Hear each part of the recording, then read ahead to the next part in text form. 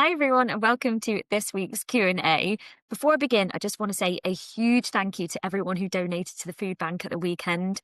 It was a massive success and I'm not going to lie, I was a little bit nervous about it beforehand. Obviously, having given birth just 4 weeks ago, I was really worried that I hadn't pushed it enough or advertised it enough, but we made just over a third of a ton and we also collected enough food for 600 meals for local families. So I would say that was a top effort by everyone. And thank you again to Sarah who did the carols. It was such a wholesome morning. Anyway, let's get on to the Q&A. Oh, and squaddies, just to let you know, next week we're going to be doing a goal setting session all about 2026. And I'm going to be talking about our January focuses as well. So get us set up for the new year with a plan of action, with some momentum and feeling really motivated and inspired to make 2026 our year. Okay, so I've got two brilliant questions this week, two very different questions.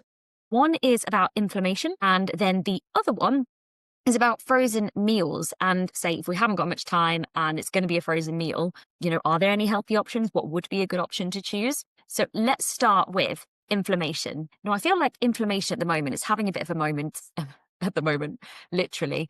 And it's a bit of a buzzword. And the thing is, it's your body's natural response. And there are some things that trigger more chronic inflammation, and there's also quite a lot we can do about it. So the actual question is, can you speak a bit about inflammation, please? What is it? What triggers it? And why is it becoming more common amongst women nowadays? And how can we reduce it in our bodies? Thank you and have a nice day. Thank you and have a nice day too. Okay, so inflammation is essentially our body's alarm system. So if you catch a virus, if you're not very well, or you cut your finger, your body actually sends extra blood and immune cells to that area to essentially fix itself. And that's why sometimes we feel a little bit swollen, bloated, sore, red, or hot in that area. And that's your body doing what it's meant to do. That's good inflammation. And actually, we really, really need it. The issue is when that alarm never switches off, even though there's no real danger. And we call that chronic inflammation. And that can leave you feeling constantly a bit achy, maybe in your joints, really tired, stiff, bloated, extremely run down, maybe just not quite right in yourself. So why would this happen? Like, why would inflammation stick around? So the body gets inflamed when it feels like it's overloaded and under recovered. And these are the biggest reasons. So the first reason is too much stress and not enough rest. So that can be stress in your life. So maybe you're feeling that chronic stress, that underlying constant level of stress all the time. You're not getting enough sleep. Or it could even be with, and I'll talk about this in a moment, exercise the stress on the body. If you are overtraining, that can also push your body into this fight flight mode, and that inflammation switch, if you like, stays switched on. Secondly, kind of spoken about it already, but poor sleep, regularly, just not getting enough. So your body never has a chance to fully repair itself. Number three, if your eating patterns are maybe messing with your blood sugar a little bit. So things like skipping meals, not having enough protein, living off ultra processed foods, that can make your blood sugar spike and crash, which is a stress on the body. Of course, some of that is normal. When we eat a meal, our blood sugar will go up, but we're talking about in the extremes here. If you have a very high sugary diet, for example, or you're skipping meals, for example. Number four, not enough movement or maybe not enough muscle. So muscle helps control inflammation. And, if you're not doing strength training, as we know, it is less protection. Next, doing too much. So burning yourself to the ground with exercise. So if you're doing lots and lots and lots all of the time, more isn't always more. Sometimes you get to a point where more is actually less. You want to think about the law of diminishing returns here. The more you do is good to a point, and then it levels off. And actually then the more you do becomes a disadvantage. And also if you're not fueling your body properly, so little rest, little food, your inflammation is going to go up. And another stressor on the body is carrying excess body fat. So fat tissue sends out inflammatory signals. Adipose tissue, which is fat tissue, if that is stretched, so say you have excess body fat that your body doesn't necessarily need right now, it stores it in your adipose tissue, they're going to stretch and that is going to cause an inflammatory response. And that's not a judgment. That's just if you have that in your body, excess fat, that is what's going to happen. Now, lots of people are talking about inflammation now because and this is my personal opinion, modern life is pretty brutal on women. A lot of women are living stressed constantly, just that chronic level of stress all the time, with our major to-do lists. Gone are the days where women would have children and then not go back to work. I mean, if you're in that position, fantastic, got so lucky. But most people I know, they go back to work full time and they're trying to juggle kids. And they're also trying to exercise and eat well and have a social life. And there's so many things. And most people nowadays tend to be underslept, not fueling their bodies properly. So yes, maybe we eat enough, maybe we eat more than we need, but it might not be the right things. A lot of people are over exercising, a lot of people are under exercising and carrying extra body fat, a lot of mental load, and going through hormonal changes like perimenopause and menopause. Estrogen actually helps calm inflammation. And during this time, perimenopause and post, we have a bit of a nosedive in estrogen. Well, we do. It fluctuates, but on a whole, it's going down. And when it drops, inflammation actually becomes harder to control. So, and more people are talking about perimenopause and menopause, which is important, of course. So these are the reasons why we're talking about it more now, and symptoms show up more now than maybe, say, my grandma's era, perhaps. I understand there were other stressors then, but I really do feel like in modern day society, where everyone needed everything yesterday, I just feel like the pace of life is so ridiculously quick. Well, it is in the UK anyway. So how do you actually reduce inflammation? You don't need any special teas or any detoxes or any specific diet. So anyone who is telling you that online, big red flag, okay? This is the no-nonsense approach what actually works. Number one, eat properly. Eat enough food, number one. Eat enough protein and have plenty of fibre in your diet. Lots of veggies, fruits, whole foods. We're not looking for perfection, we're just looking for consistency. So have these foods every day. Each meal you have, base it around a protein source and then just fill it with colour. Veggies, fruits, whole foods, etc. Secondly, make sure you are moving your body. Strength train. Lifting weights tells your body that you're strong, you're safe, you're capable, you can cope. It's going to literally lower your inflammation. So make sure you are moving your body. Strength training is so important. And another thing that you can do is just walk more. Walking is one of the most underrated things you can do, and is one of the most anti-inflammatory things you could do as well, and is fantastic for bringing your stress levels down. Number 4 would be to sleep. So this is actually when your body fixes itself. You can't out-train or out-supplement bad sleep. And no, sleep's a really frustrating one because sometimes it's out of our control. So I've got a 4-week-old baby. Sleep is something that is very much within her control rather than mine, but it's about controlling the controllables and doing what you can and doing everything you can to support your body, that if, okay, it's going to be interrupted or you don't get the hours, how can I make it good quality sleep? Not having a massive meal just before you go to bed, making sure that you exercise earlier on in the day, making sure that you're eating well, you're fueling your body, doing all the things that you can do. Next would be, if you are exercising a lot, just stop smashing yourself all the time.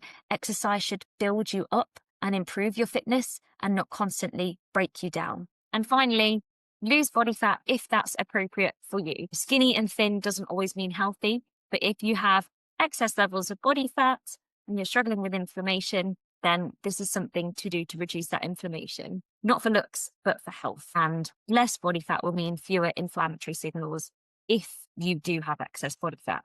Now, what you don't need to do, you don't need to cut out loads of foods for no reasons. You don't need to buy any expensive supplements. You don't need to put yourself on an anti-inflammatory diet. You don't need to do a cleanse. You don't need to panic about toxins. If inflammation could be fixed with green juice, I am pretty sure you'd get it on prescription.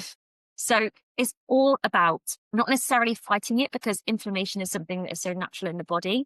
But if your body is saying, I am overtired, I'm underfueled, I am stressed, I'm not recovering, then the fix is boring, but this is what works. And that is to nourish your body. It's to lift, it's to walk, it's to recover, and it's to sleep as well. And that really is the honest answer. Okay, next question. Can you recommend any frozen healthy meals, lunches and evening meals? Sometimes I get home late from work and don't want to cook. I look in the freezer and ... The other day I had fish fingers and chips. Not great, I know, but it made me wonder if there are other frozen options with zero prep that I could buy for late nights when I'm just tired. Yes, I do have frozen homemade things as well, spaghetti bolognese and other random homemade things. However, when I've been out and I don't want homemade, is there anything you can recommend?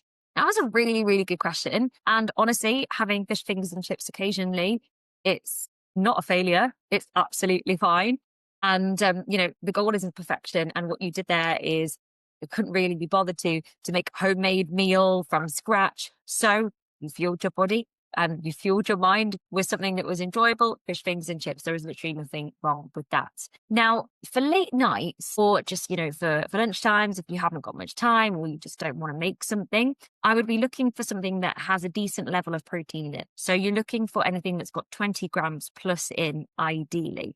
You want to be adding some fiber or some veggies to it. So if you haven't already, I'd get those frozen bags of vegetables, the ones that you whack in the microwave for 2.5 minutes or whatever it is. Get some of those in because you could pair that with whatever you end up having. And another thing I'd look at is the salt intake. So anything ideally below about 1 gram, 1.5, anything that tends to go above 2 plus is quite high in salt.